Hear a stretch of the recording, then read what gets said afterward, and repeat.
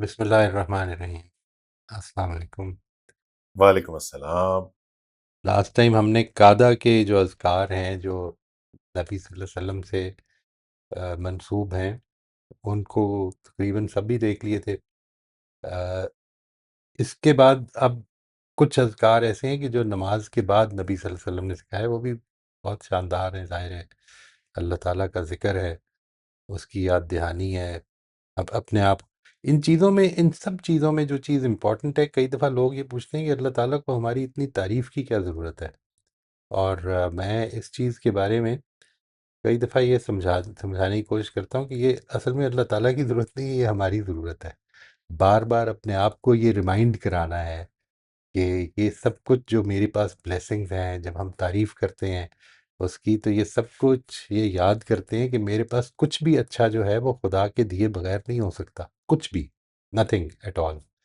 جو کچھ ہے میرا وہ چلا جانا ہے، یعنی لازماً چلا جانا ہے، یہ بھی معلوم ہے۔ اور ملا ہوا بھی جو ہے وہ کوئی اپنی ہاتھوں کی کمائی سے نہیں ملا ہوا، یہ خدا کے دیے سے ملا ہوا ہے۔ اور دوسری چیز جو ہم بہت زیادہ اس میں ہے وہ تسبیح ہے۔ تسبیح جو ہے وہ یہ یاد کراتی ہے کہ whatever bad happens in this world, اس میں اللہ تعالیٰ کی طرف سے، اللہ تعالیٰ کے اندر کوئی ایسی خرابی نہیں ہے کہ وہ کوئی برا کام کرے۔ انسانوں کے معاملات میں، انسانوں کی اس آزمائش کے سلسلے میں اللہ تعالیٰ کی طرف سے جو آزمائشیں آتی ہیں، نیچر کی طرف سے جو آزمائشیں آتی ہیں، وہ یقیناً کسی بھلے کے لیے ہوتی ہیں۔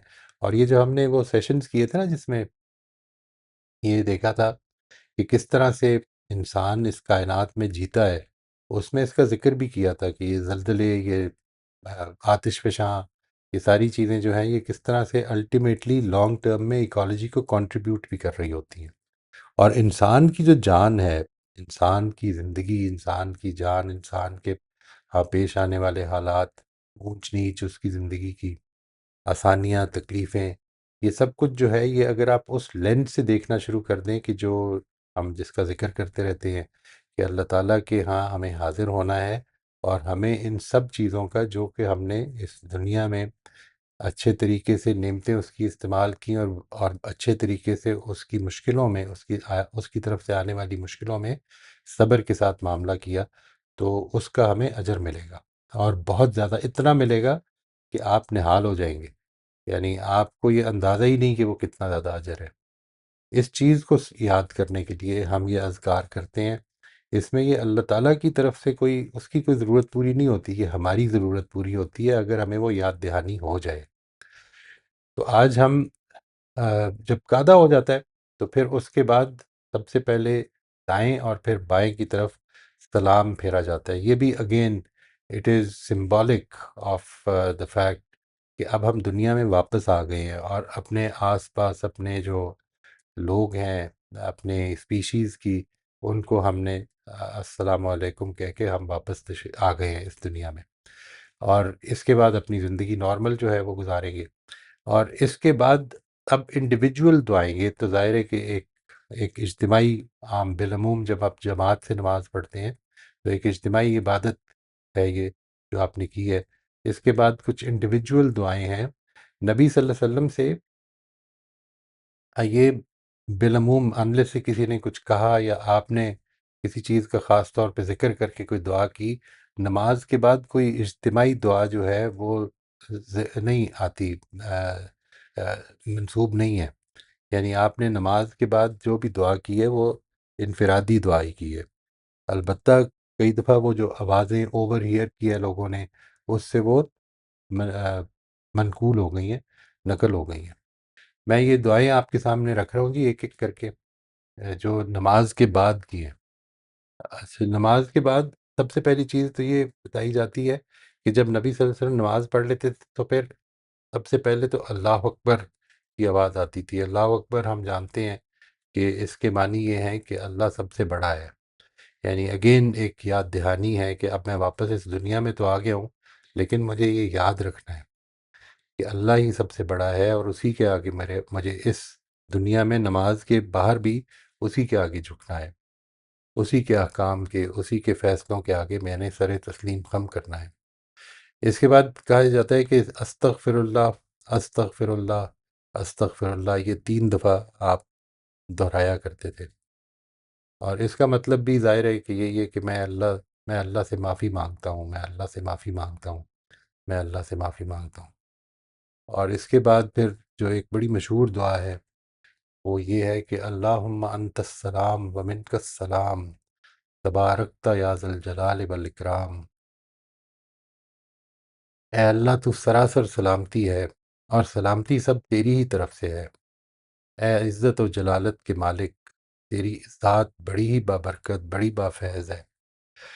یعنی یہ اللہ تعالیٰ کی، جب ہم نے نماز پڑھ لی تو اب یہ بات کی جو یہ سلام سے مراد ہے کہ جو امن و سلامتی جس کو آپ کہتے ہیں، یعنی آپ کو جو کچھ اس وقت امن چین کی زندگی ملی ہوئی ہے وہ اللہ تعالیٰ ہی کی طرف سے ہے، وہ سراسر سلامتی وہ ہے، اسی کی طرف سے سلامتی ہے، اور وہ عزت و جلال کا مالک بہت ہی بافیض، بہت ہی بابرکت ہے۔ اس کے بعد جو ایک ذکر نقل ہوتا ہے وہ یہ ہے کہ لا الہ الا اللہ وحدہ لا شریک لہ، لہ الملک ولہ الحمد وہو علی کل شیء قدیر، اللہم لا مانع لما آتیت ولا معطی لما منعت ولا ينفع ذا الجد منک الجد۔ اور اس کا ترجمہ یہ ہے کہ اللہ کے سوا کوئی الہ نہیں، وہ یکتا ہے، اس کا کوئی شریک نہیں، بادشاہی اسی کی ہے، حمد و ثنا بھی اسی کے لیے ہے، اور وہ ہر چیز پر قدرت رکھتا ہے۔ اے اللہ، تو جو عطا فرمائے اسے کوئی روکنے والا نہیں ہے، اور جو چیز تو روک دے اسے کوئی دینے والا نہیں ہے، اور کسی مرتبے والے کو اس کا مرتبہ تیری گرفت کے مقابلے میں کچھ بھی نفع نہیں پہنچائے گا۔ اور پھر پانچویں یہ ہے کہ لا الہ الا اللہ وحدہ لا شریک لہ، لہ الملک ولہ الحمد وہو علی کل شیء قدیر، لا حول ولا قوۃ الا باللہ، لا الہ الا اللہ، لا نعبد الا ایاہ، لہ النعمہ ولہ الفضل ولہ الثناء الحسن، لا الہ الا اللہ مخلصین لہ الدین ولو کرہ الکافرون۔ اس کے معنی یہ ہے کہ اللہ کے سوا کوئی الہ نہیں، وہ یکتا ہے، اس کا کوئی شریک نہیں، بادشاہی اسی کی ہے اور حمد و ثنا بھی اسی کے لیے ہے، اور وہ ہر چیز پر قدرت رکھتا ہے۔ ہمت اور قدرت اللہ ہی کی عنایت سے ہے۔ یعنی اب جو میں کچھ دنیا میں کرنے لگا ہوں، اور اللہ تعالیٰ میرے سے بھلے کام ہی کروائے، تو جو کچھ بھی کرنے لگا ہوں اور جس چیز کا بھی ارادہ رکھتا ہوں اس میں ہمت اور قدرت اللہ ہی کی عنایت سے ملے گی۔ اللہ کے سوا کوئی الہ نہیں، اور ہم اسی کی عبادت کرتے ہیں، نعمت اور عنایت سبھی اسی کی ہیں، اور اچھی ثنا بھی اسی کے لیے ہے۔ اللہ کے سوا کوئی الہ نہیں، ہم اطاعت کو منکروں کے الرغم اسی کے لیے خاص کرتے ہیں، یعنی کفار کو کتنا ہی برا لگے ہم اطاعت اسی کی کریں گے۔ اور پھر ایک اور ذکر جو آتا ہے وہ یہ کہ اللہم انی اعوذ بک من البخل واعوذ بک من الجبن واعوذ بک من ارد الی ارذل العمر واعوذ بک من فتنۃ الدنیا واعوذ بک من عذاب القبر۔ کہ اے اللہ، میں بخل سے تیری پناہ چاہتا ہوں، میں بزدلی سے تیری پناہ چاہتا ہوں، ارذل العمر کی طرف لوٹائے جانے سے تیری پناہ چاہتا ہوں، اور دنیا کی آزمائش اور قبر کے عذاب سے تیری پناہ چاہتا ہوں۔ یہ کچھ اذکار ہیں جو نقل ہوتے ہیں، اور اس کے بعد ایک اور چیز جو آتی ہے وہ یہ کہ بعض تسبیحات بھی ہیں جن کو کہ ذکر کیا، صحابہ کو سکھایا بعض جگہوں پہ، یا صحابہ نے کہا تو ان کو اس کو اپروو کیا کہ ہاں اس کو کر لیا کرو، کوئی حرج نہیں ہے۔ اس میں ایک یہ ہے کہ سبحان اللہ 33 مرتبہ، الحمدللہ 33 مرتبہ، اللہ اکبر 34 مرتبہ، اس سے یہ 100 پورے ہو جاتے ہیں۔ اور دوسرا یہ کہ سبحان اللہ، الحمدللہ، اللہ اکبر تینوں جو ہیں وہ 33 مرتبہ پڑھے جائیں، اور لا الہ الا اللہ وحدہ لا شریک لہ، لہ الملک ولہ الحمد وہو علی کل شیء قدیر، یہ ایک دفعہ پڑھا جائے تو یہ 100 پورے اس طرح کر لیے جائیں۔ اور ایک اور جو اس کی ویریشن آتی ہے جو نقل ہوئی ہے وہ یہ کہ سبحان اللہ 25 مرتبہ، الحمدللہ 25 مرتبہ، اللہ اکبر 25 مرتبہ اور لا الہ الا اللہ 25 مرتبہ، آپ اگر ان کو اپنے ذہن میں رکھیں اور یہ ویریشن کے ساتھ پڑھتے رہیں.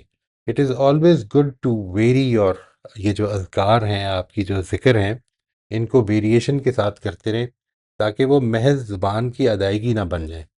یعنی آپ کی اس میں اس میں آپ کی کانشیسنیس، اس میں آپ کی توجہ، اس میں آپ کا فوکس شامل ہو. یہ چاروں چیزیں جو ہیں یہ بڑی میننگ فل ہیں. سبحان اللہ کا مطلب یہ ہے کہ اللہ تعالیٰ ہر برائی سے پاک ہے. اگر آپ کو اس وقت کوئی مشکل لگ رہی ہے تو یوں سمجھ لیں کہ اس کو جان لیں کہ اللہ تعالیٰ ہر برائی سے پاک ہے. وہ محض مشکل دینے کے لیے مشکل نہیں دیتا. ہی از ناٹ اے سیڈسٹ. الحمدللہ کا مطلب یہ کہ اللہ تعالیٰ ہی کی طرف سے سب اچھائیاں ہیں، سب اچھا اچھا اسی کی طرف سے ہے، سب تعریف اسی کے لیے ہے. اللہ اکبر، ظاہر ہے اللہ سب سے بڑا ہے. میری ساری کی ساری اطاعت، میری ساری کی ساری فرما برداری سب سے پہلے اس کے لیے اور اس کے بعد کسی اور کے لیے. اور لا الہ الا اللہ کا مطلب کہ جو ابدیت ہے جو میری، وہ صرف اللہ کے لیے ہے، اس لیے کہ اللہ کے سوا کوئی اور معبود ہے ہی نہیں، ناپید ہے. یہ بعض اذکار ہیں جو نقل ہوتے ہیں. میں اس کو چاہتا ہوں کہ یہ اس کے بعد ہم، اگر اللہ تعالیٰ اس کی توفیق دے اور زندگی اجازت دے، تو پھر آپ کے ساتھ بعض جو دوسری دعائیں ہیں، جس طرح پچھلی دفعہ فریہ نے فرمایا تھا کہ دعائے قنوت، وہ دعا جو ہے، اور اس کے علاوہ بھی جو دعائیں آپ وتر میں یا تہجد میں پڑھ سکتے ہیں، یا دن میں جو عام طور پر، جس طرح میں نے آپ سے لاسٹ ٹائم یہ عرض کیا تھا، یہ ٹریگرز بنا لینے چاہیے کہ ہمیں اللہ تعالیٰ کی بڑائی، اس کی ثنا، اس کی حمد کی یاد آئے، مختلف موقعوں پر یاد آئے. کسی مشکل کے ٹائم پہ سبحان اللہ کہنا جو ہے، یہ ایک بڑی امپورٹنٹ چیز ہے. سبحان اللہ کا مطلب یہ ہے کہ اللہ تعالیٰ پاک ہے، وہ اس کو بے مقصد نہیں کر رہا ہے. یہ جو کچھ کر رہا ہے، اگر میرے اوپر کوئی مشکل آئی ہے تو یہ بے مقصد نہیں ہے. اگر کوئی آسانی آئے تو الحمدللہ کہنا کہ یہ اسی کی طرف سے ہے. اور اگر کوئی مشکل آ گئی ہے جس کو کہ آپ سمجھتے ہیں کہ اب اس میں میرے لیے مشکل ہے کہ میں ٹھیک راستے پر قائم رہوں، تو وہی اللہ اکبر، یعنی میں نے اللہ تعالیٰ کے حضور میں سر جھکانا ہے. یہی میری سب سے بڑی بڑائی ہوگی.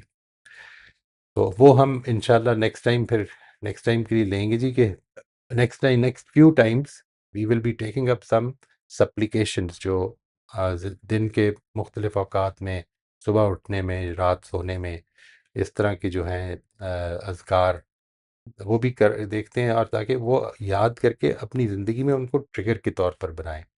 تو میں آج کے لیے ادھر روک دیتا ہوں جی. Any questions, any comments that you might have, انشاءاللہ ان کو لے لیتے ہیں.